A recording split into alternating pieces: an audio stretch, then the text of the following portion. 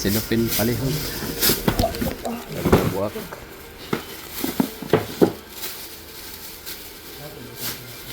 Salamat. Okay. I have the greatest finds for today's video.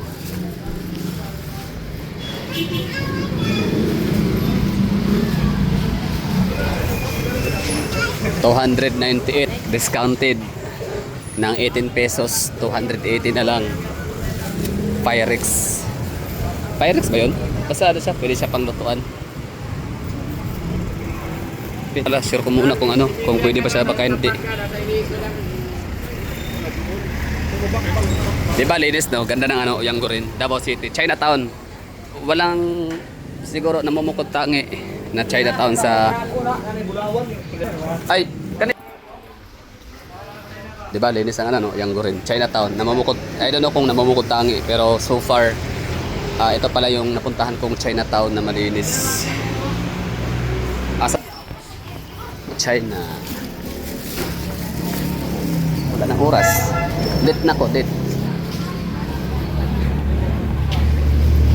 Diba no, napakalinis talaga ng kalsada, kalye. Daming tao. Business, commercial, first ever commercial area ng Davao City. And yun, the biggest Chinatown in the Philippines goes to Davao City. Pero kung ma-observe ninyo, ang ganda ng lugar. Linis, di ba?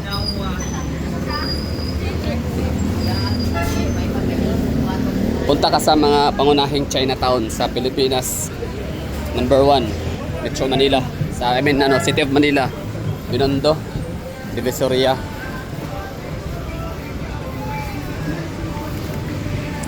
Hindi ganito kalinis. Pero siguro ngayon mas malinis lang ang Divisoria, Chinatown sa Binondo,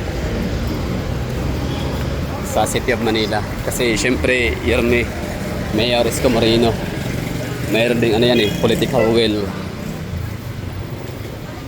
Despite sa kanyang political color, hindi natin ma-deny ang mere fact na siya ay nagtatrabaho talaga para ma-organize, mas maging kaaya-aya ang City of Manila.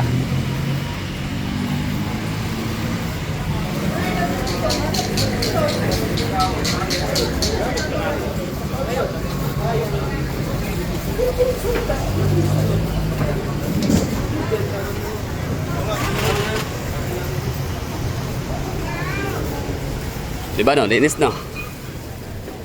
Hirap makahanap, makakita ng mga nagtatapon ng mga basura.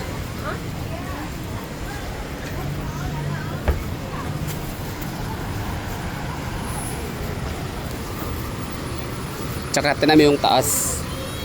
Hindi pa ito underground cabling system sa portion na ito dito ng Chinatown. Pero kita mo arranged pa rin yung underground cabling man ang Davao City o hindi, malinis pa rin tignan talaga yung mga kalye. Kasi nga yung mga kuryente, mga spaghetti wires, nakaano talaga sila nakagapos, naka-organize, arrange.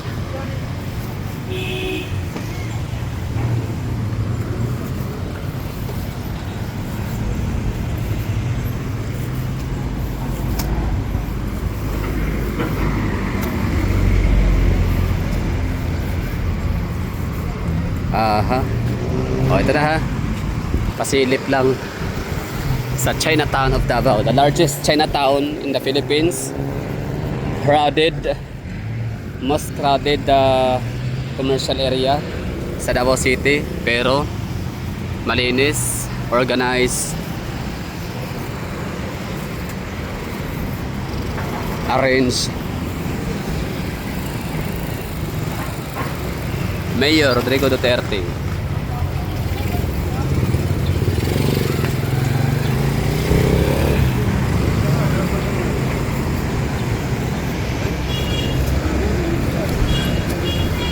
Huwag tayong tumawid-tawid basta saan-saan kasi mayroong multa ang jaywalking.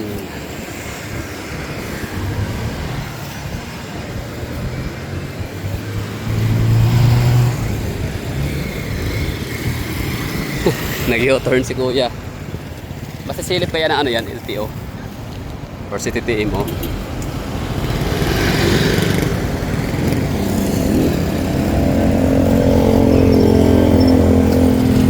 Yan nga lang no, hindi gumana yung ano, traffic light. Siguro hindi ganun ka traffic or hindi ganun ka busy yung kalsada. Kaya okay lang siguro.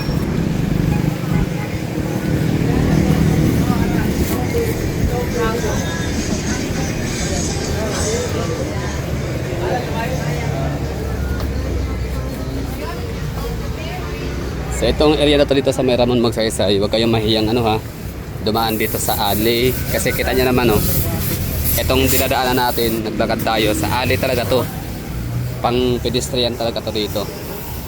Good thing hindi nila hinaharangan ng mga paninda. Ayan oh,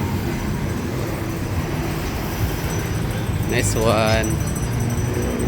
Masarap kayo maglakad sa ano, sa gitna ng mga nakadisplay ng mga prutas.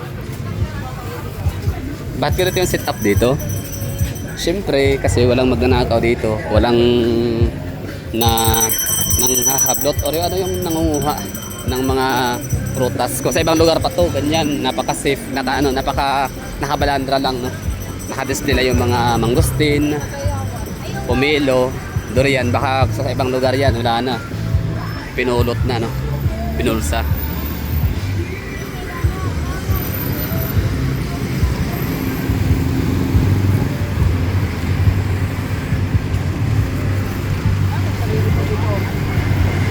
Okay na tayo dito. Thank you for watching. Yun lang ang ano, short and quick trip natin sa may Chinatown, Davao City.